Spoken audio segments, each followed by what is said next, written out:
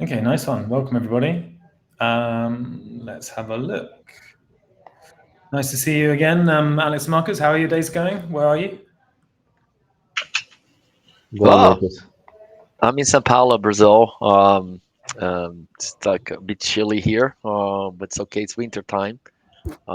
Yeah, that's it. Yeah, What about you, Alex? I'm in Italy and it's very hot here. Oh, yeah.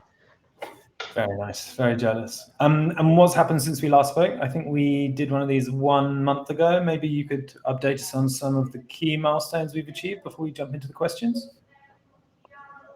What's the most, and also things that we're allowed to talk about, not things that are really exciting that we're saving up Yeah, for I now. was waiting for you to say that. To say that. Yeah. There's lots of exciting things, but I'm just kind of like we're gonna announce them soon, but I think not today, right? Tom is the guy that tells us when to announce things.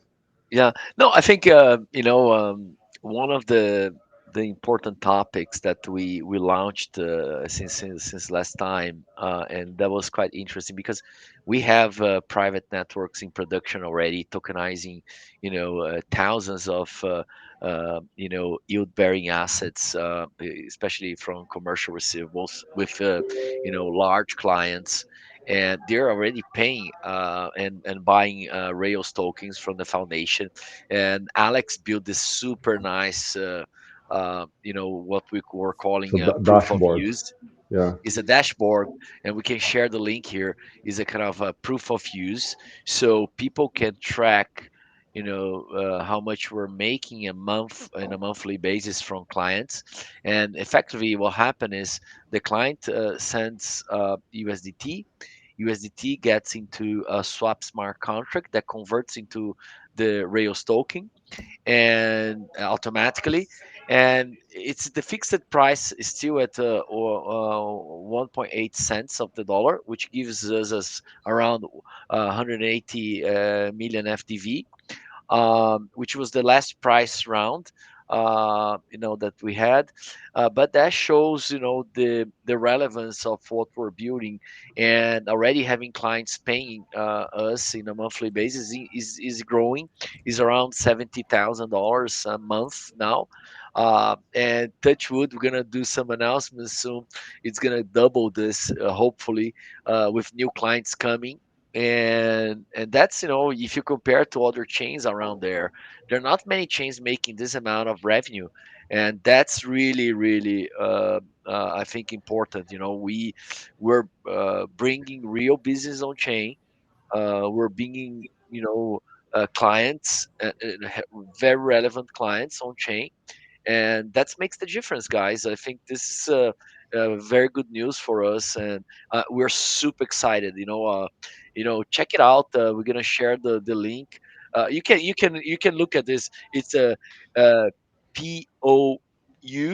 pou.rails.com. Super simple. And then there's the dashboard. And remember that's uh, this revenue that's converted to the Rails token, one third goes to the foundation as part of our tokenomics to boost the ecosystem, to give grants, to bring more people on chain and builders, and one third goes to the validators, which will be processing transactions, and one third you know, goes back to the private networks or DApp builders for the transactions that they're generating, and again for the private networks that are connected to the public chain sending transactions. And that's super exciting because it creates a very virtuous cycle of uh, you know the revenue being distributed to the community and growing the ecosystem. I think this is super powerful. And yeah. again, we built this. Alex built this. One thing I like about Alex sometimes, you know, Only he's very sometimes, not always. yeah, but not always because to much compliment, but you know, is that he gets his hands dirty and he builds things. And builders that build, this is super cool, guys. And again, he said, I'm gonna build this. He built this smart contract. He built the whole life cycle of this tokenomics, and that's super cool. Yeah. Check it I out mean, again. one thing I realized in my life is I like to build stuff. I think I like machines more than I like people, unfortunately. So I feel like calm and serene when I'm kind of coding. So I just have to do it from time to time. Talking about coding, I will release some new. No, I'm not allowed. Tom just look very scared. We're building something really cool, guys. We're gonna announce very, very soon. It's a very innovative approach to the public chain, and bear with us. We're gonna announce very soon. And Alex is building over the weekend. I tried to talk to him on Saturdays and Sundays, and he said, "No, I'm building. I cannot talk now." Like. Uh, Uh, yeah, but I anyway, mean, super cool. we are all very excited about everything we're building. And of course, I think the thing that just because Marco is being so nice to me, I'm gonna have to say too that when you're building a company or building a product like this, it's not just about the product itself. It's also about the sales and all the business development that happens and everything. And so this is why it's so important that we are able to, like Marco is saying, right? We're building real. We have real clients, real money coming in, and this is very important to me that we can do these things. Mhm. And in terms of milestones that we are allowed to talk about, we are allowed to talk about the Mindshare campaign. This has just gone live with Cookie 3. So hopefully you'll be seeing a lot more content from some of the most influential people in the field. And we're really excited to grow our kind of smart follower reach. So please check out the tweet, engage with it. And I hope that people will be seeing a lot more of us on some different feeds coming up. I'm just looking at the list of questions. We've definitely got space for a few more. If people want to comment directly in the feed or anywhere else, I'm sure they'll come to me. But in the meantime, let's start off on the first one. So how is it possible that Rails technology can be linked to our local banks? This one was from Twitter, from a user called Baisong James Otu. Sorry for the pronunciation. Who wants to take that one? I can take this one. The view we have is the following. Everything will be tokenized in the future. The entire financial markets will be tokenized. We're not saying that there will be $100 trillion on chain because we're just saying it's because it's gonna happen, guys. So uh, deposits will be tokenized. Certificate of banknotes will be tokenized. Stocks will be tokenized. Funds will be tokenized. Everything will be tokenized. Loans, everything. So what happened is, if in that direction, is that banks will need to have their systems prepared to handle tokenized assets, whatever it is, tokenized bank deposit, bank notes, stocks, bonds, whatever it is. So we built the Rails node, which can be installed into the bank's infrastructure, and they can start tokenizing. Think about it as we call on-chain database. Okay, is a single node. Okay, is isolated? No, it's connected to the public chain, and They can connect to each other, forming a network and transacting between them. And that's the beauty. That's very cool. That's how we're envisioning to bring banks on chain in the future. We hope to have 1 million Rails nodes installed, 2 million Rails nodes installed. Banks will have several Rails nodes installed to tokenize their assets, to settle transactions, on their branches, on their, and who knows, there will be a Rails node running in your mobile, so you can have a blockchain in your mobile. That's the future, That's the kind of the way we envision for banks to be on chain, Yeah, and then obviously this is connected to each other through the public chain. and I think it's worth reminding people how the architecture of Rails works. Okay, because it's a bit different from other chains. So Rails has a private chain or a system of private chains, permission chains, and also a public chain that is being launched soon. Okay, and these two things, they talk to each other. So what Marcos is talking about is we decided to launch the permission chain first, like the system of permission chains, and this is the thing that gets installed directly in banks. We call it on-prem, is inside of their premises, right? Their own infrastructure. because of privacy and controls and regulation and so on. And that is the thing that we already have, several clients in production using that. And that is the thing that can be installed in any bank, really. I mean, it doesn't need to be a big bank. It could be any bank, a small bank, big bank, local banks, anything. And with that, the banks can then connect to one another, and they can connect to the public chain, okay? So just to make sure that everyone is on the same page, because most of the other blockchain projects, they only have the public chain, but we have the public chain that is coming soon, and also this whole system of permission chains.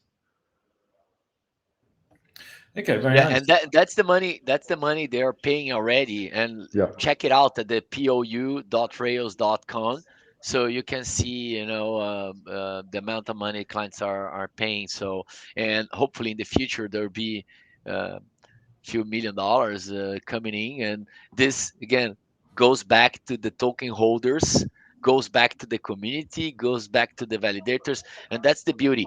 We are building a system where this whole revenue that will be paid from banks will not come to our pockets, will come to the token holders.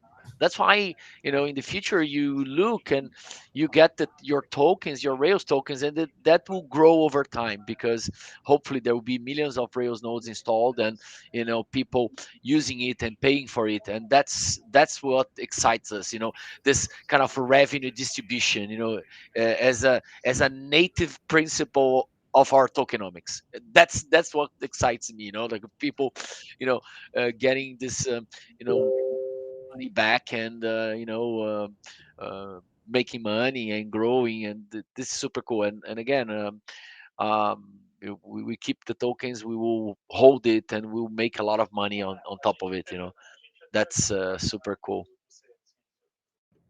Wonderful. I'm just going to test something out because I think I can do some magic on the screen here. How does this work? Ooh, can you guys see this? Yeah. I'm gonna read it out for the people that can't see this and are just listening, but I'd love it if you guys take a second to think about who wants to answer this one. So the question that we got from Skazochnik VS from Twitter is, if Rails already uses ZK proofs and homomorphic encryption to secure privacy, how could these mechanisms evolve in the future to handle not just compliance and audits, but also dynamic risk management? For example, adjusting liquidity requirements across Ooh, it didn't fit the whole question. subnets in real time without exposing sensitive institutional data. Okay, so let me start by explaining how exactly the ZK proofs, or ZK proofs if you're in the UK, and homomorphic encryption, how we use it, and then maybe Marcos can, chime in and explain how this could be used, for the kind of institutional data.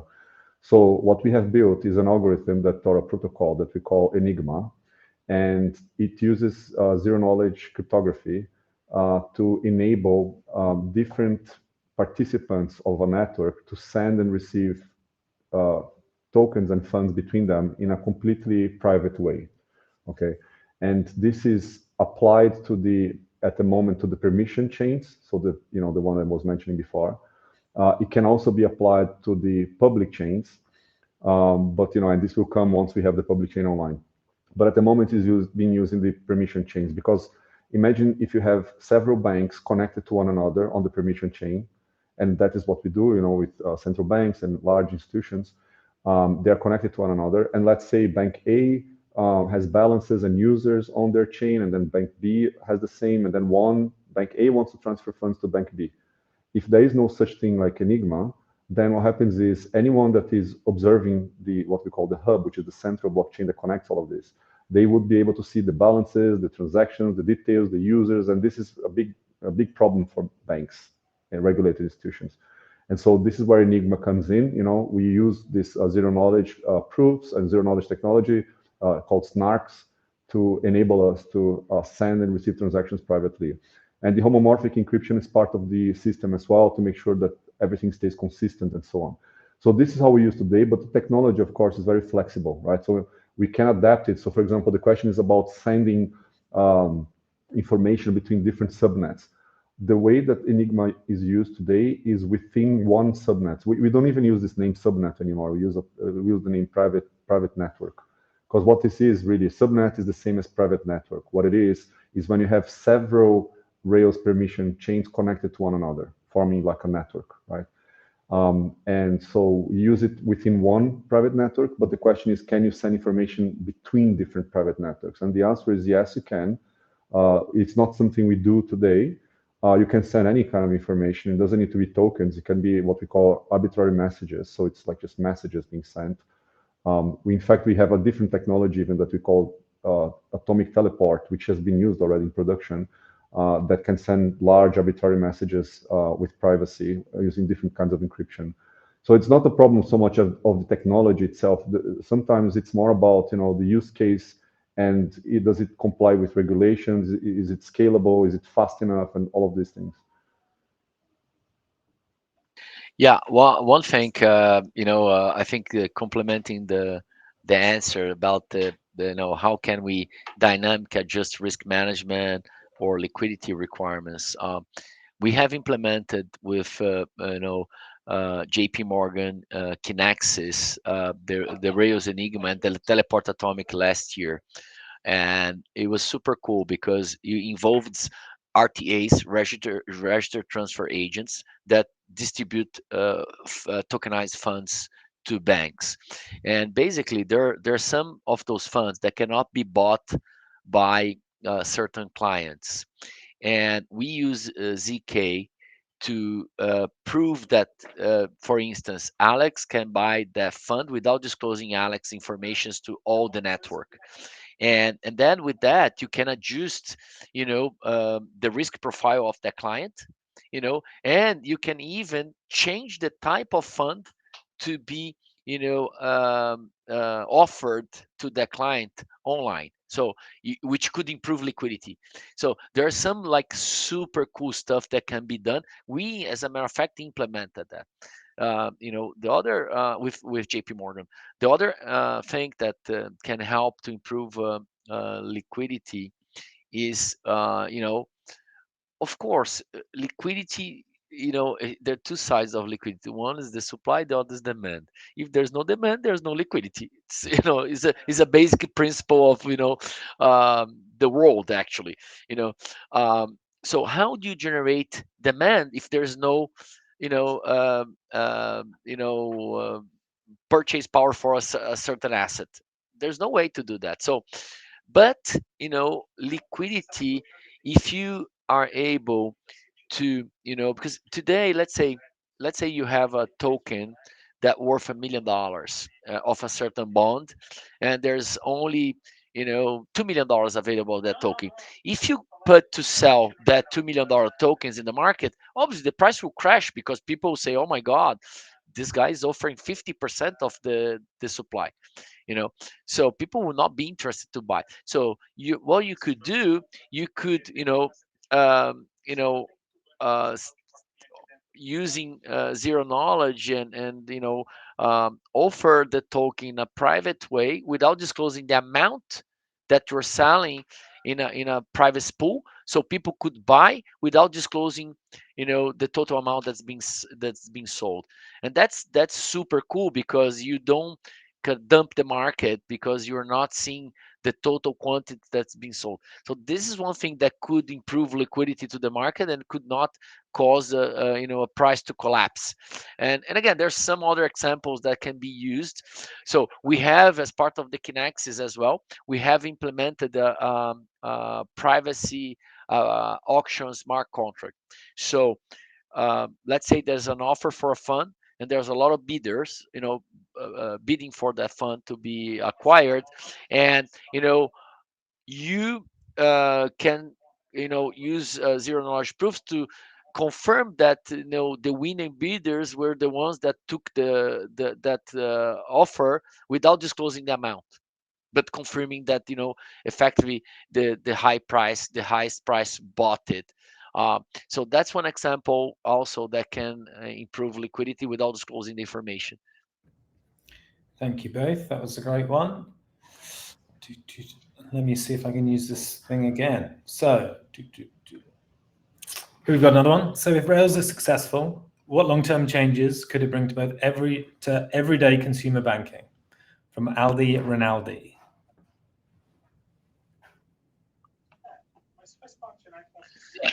Yeah, as I mentioned, like our view is that if everything could be on chain the coming years, you know, and you end up being, having, the Rails nodes installed and people tokenizing deposits, etc.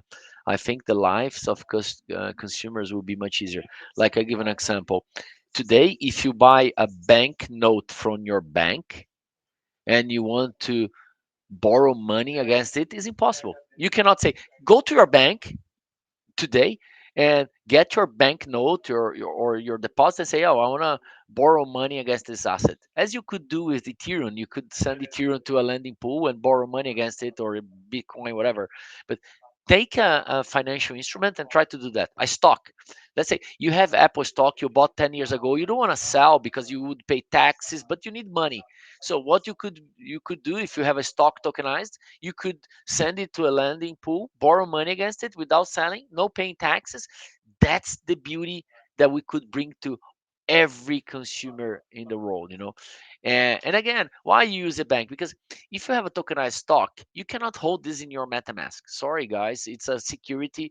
Securities needs to be, custody with a qualified custodian. So at the end of the day, you would need to use a qualified custodian to handle this, and those services will be most likely offered through banks. You see, sometimes we see crypto community against banks, etc. Take Coinbase, got a bank license. Kraken got a bank license in Wyoming. Anchorage got a bank license. Bitstamp. So Revolut is a bank that is more crypto than anything else today.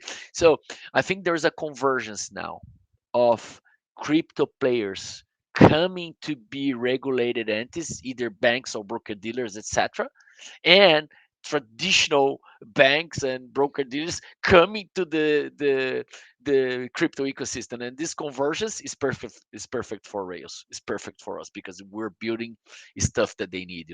That's the relevance of it. Nice one, thank you. I'm going to jump back to the questions that we collected earlier. There was a really good question actually that we got on Twitter from a user called Tone, that was really deep diving into quantum safe privacy. We'd really like to give that one probably the attention it deserves and get Mario, our head of research, on this one so we could really deep dive on there. So just so you know, we're going to save that for a special I session. mean, we can give a quick overview, but again, we have a specialized team in-house which is focused on cryptography, right? So led by Mario. So they are proper cryptographers, and they've been spending a lot of time thinking about this. But basically, what happens is that there are algorithms that are provable quantum resistant. ECDSA, which is the elliptic curve digital signature algorithm that is used by Ethereum and Bitcoin, it's not. But all the other algorithms we use within Rails, we make an effort to be using, quantum safe cryptography.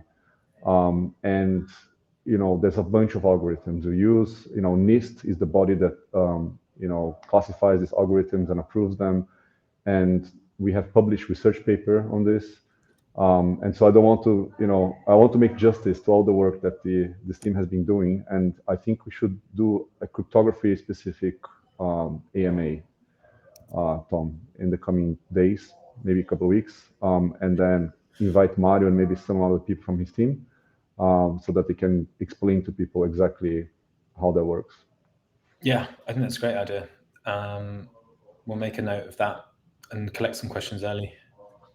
Okay, and maybe a more straightforward questions. User Explore KH BMB is asking, when is the roadmap out? So of course, we have an internal roadmap we've been following. So there's like the product development roadmap. Let's say the public roadmap is going to be part of the white paper, which we'll publish in the coming weeks.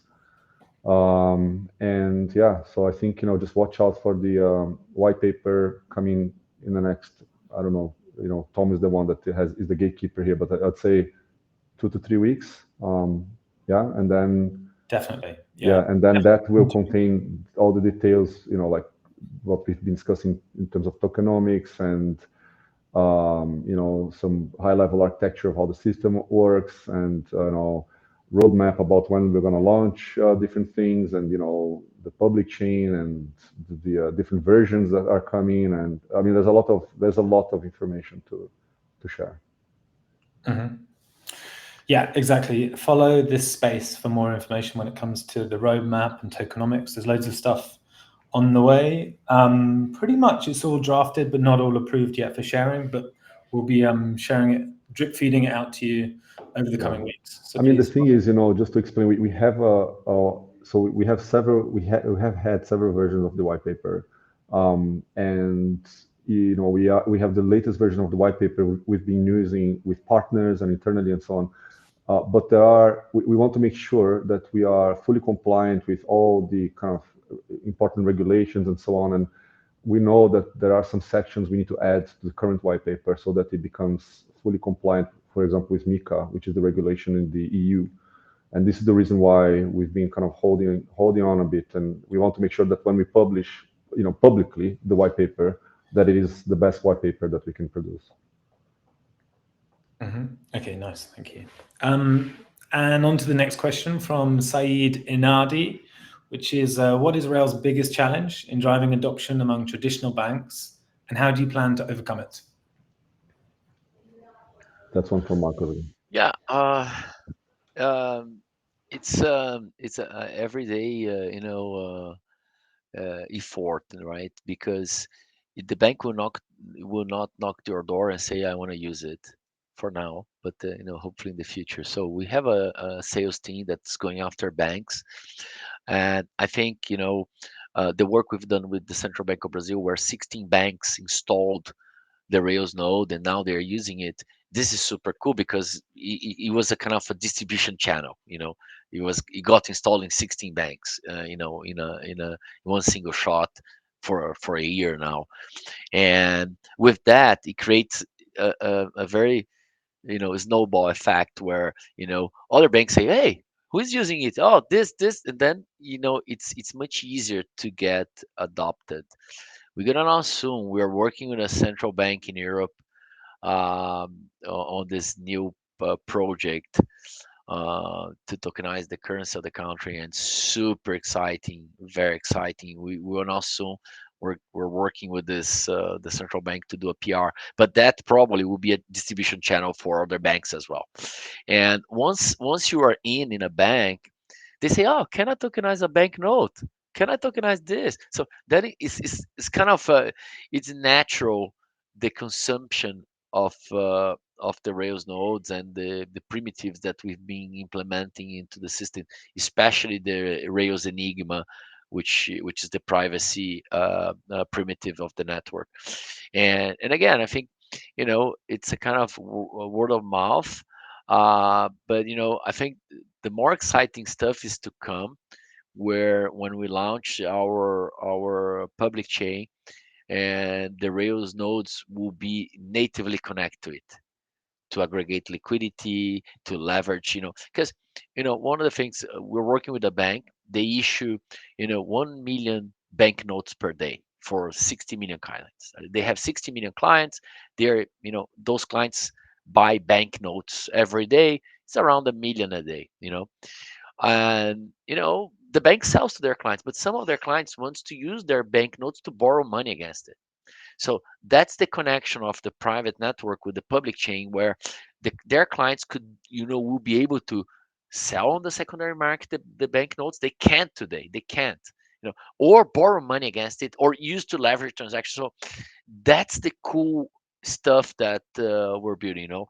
So it will be seamless, connected to the public chain, bringing liquidity from millions of users from banks to on chain. And again, we keep saying that we're not trying to bring users from other chains, competing from cryptos. We're bringing a new set of users on chain, and that's how we're approaching the market. And as I said, you take Ethereum today. Ethereum has what, 200 million active addresses, even less than that. There's some numbers out there. Um, you get a bank We're working with a bank. They have 155 million customers. One bank is almost so. Imagine if this bank goes full on chain the coming years. That's the beauty, We're bringing here this new, audience to be on chain in the coming, years and months. And again, it's a long journey, and it's transformative. I think what's happening with the Genius Act in US, and there will be most likely a crypto regulation. For those who heard the new administration in US saying we gonna be the crypto nation, we're gonna build stuff. So that's super excited because you see this the convergence of the TradFi to DeFi, and I think there's some questions around it. And yeah, that's the way we're building. It's not easy, guys. Don't take me wrong. So convert, to bring a bank to be on chain, and we're gonna have some banks running nodes and being validators of the public chain as well. We are in a very advanced discussions. That's one of the announcements we're gonna make. Um, it's not easy. It's kind of, you have to go through. That's why for those who don't know, we have 90 people. you know our engineers are super high qualified. We have 3 PhDs in the team. Mario leading the research, is a top cryptographer. We have a cryptographer advisory board. So we're investing heavily to build a top-notch product. And I think this is what makes the difference. That's what makes banks to come and say, "Oh, I want to use this." It's not, we're not creating, it's not fluffy stuff. It's like we're creating real value on chain. And I think this is what excites us. And, we're gonna, I'll do some spoil here, Tom. We're gonna start bringing other members of the team here to present themselves. Bear with us, But because I think I it's think we good. can say just like from an overview, because I think this point you're making, Mark, is super important, right? It's that we kind of try and bring A players to the team. So like Mark was saying, Mario, for example, who leads up the research team, the cryptography team, he used to work with David Chaum before. And David Chaum, for those that know, is like one of the fathers of Bitcoin, basically, right? He created eCash, super famous cryptographer. Then we have, for example, Jacob, who's our co-CTO.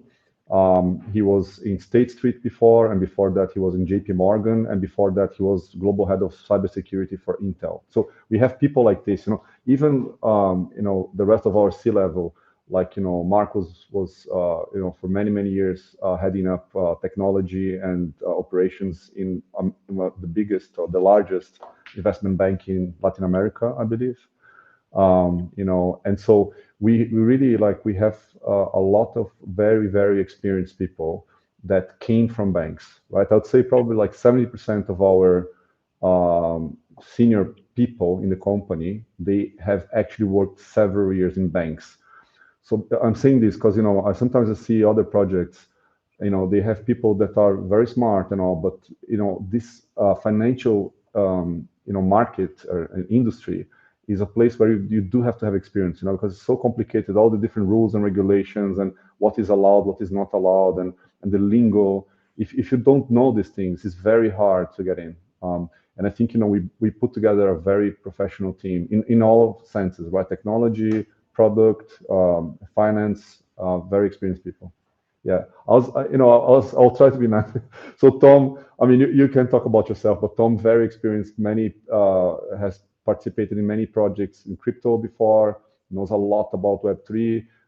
Before that, he was at a Red Bull, and I never forget that because he got a bunch of Red Bull cans. So behind him, there's like a crate full of Red Bull. And so I think, lots of very experienced people, because we're, like Marco say, we are trying to do the real stuff here, right? We are not we're trying to bring real money in. We're showing it transparently. We're building real technology. We're just not copying other things. And so that takes a lot of effort. Yeah, we're going to start pushing out the kind of meet the team content over the next few weeks. And actually, top of mind as you're talking about Jacob is, I just saw that his interview, and he's got 23 patents across blockchain and cybersecurity. So that's the kind of level that we're working at in the team, which is pretty impressive. Okay, nice. So maybe we'll just jump to something we were discussing earlier, Alex, which is about the nuance of permissioned and permissionless, and why something being permissioned and permissionless, why it's important. Right. So, as anyone that knows blockchain, public blockchain knows, one of the core principles of blockchain, including Bitcoin and Ethereum, is that they are permissionless. Okay. So what that means is anyone can join and use the system. You don't need to ask for permission from anyone. And the reason this is important is because this is part of what makes the system censorship resistant, right? Because there's no single entity that can block people from using it. And this is the truth for almost all public blockchains. But the thing is that when you have a system like this for an institution that is regulated and that has some rules that they have to follow, this creates a lot of risk, right? Because then the users that are typically anonymous, and it's kind of like a bit of a wild west. You cannot control really where the funds are going and where it's coming from. You don't have visibility of that, and there's all sorts of actors. There's malicious actors. There's good actors. It's like a wild west. And so a lot of the financial institutions, what they have done in the past is that they have said, okay, I want to use blockchain, but I can't use the public permissionless blockchains because it's too risky, right? Typically what happens is this goes through like institutions, big banks, they have compliance, regulatory areas, and everything has to go through this area before it gets approved. And when it gets there, people will say, oh, that's too risky, too risky. So what they have done in the past is they have launched permissioned chains. What this means is it's like a private chain. It's kind of like Ethereum, but it is not Ethereum. Like it could be different technologies, but it's basically like a mini Ethereum that runs inside of their infrastructure. So they have full control. They decide who can come in, who can not come in, can use it, what kind of tokens can exist, how many nodes, who's the validator. They can control everything. But the problem, and this has been going on for like 10 years now, the problem is that works, but the problem is it's not connected to the rest of the world, right? You just create like a closed loop system that is outside of all the other tokens and innovation, DeFi, liquidity, everything. And so what tends to happen is, these projects, they work, but then eventually someone says, it's not doing anything very useful, so let's kill it.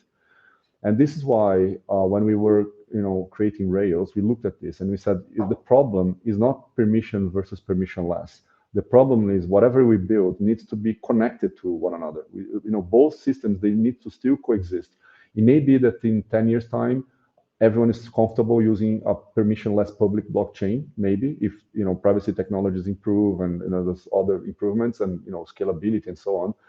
But at the moment, most of like 95% of the institutions we talk to, and we talk to a lot of them, they require a permissioned system so that they can approve it and start using it without all the risks. Okay, and then they want the option to be able to then talk to a public system, a public permissionless system.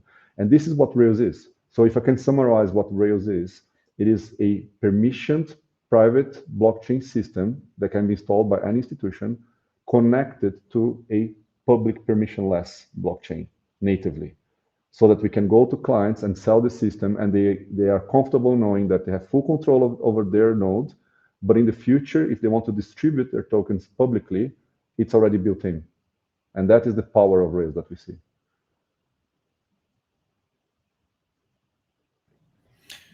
Nice. So I've got one last question from Aldi Rinaldi, which is Rails plans to open source its components only once they reach a certain level of maturity.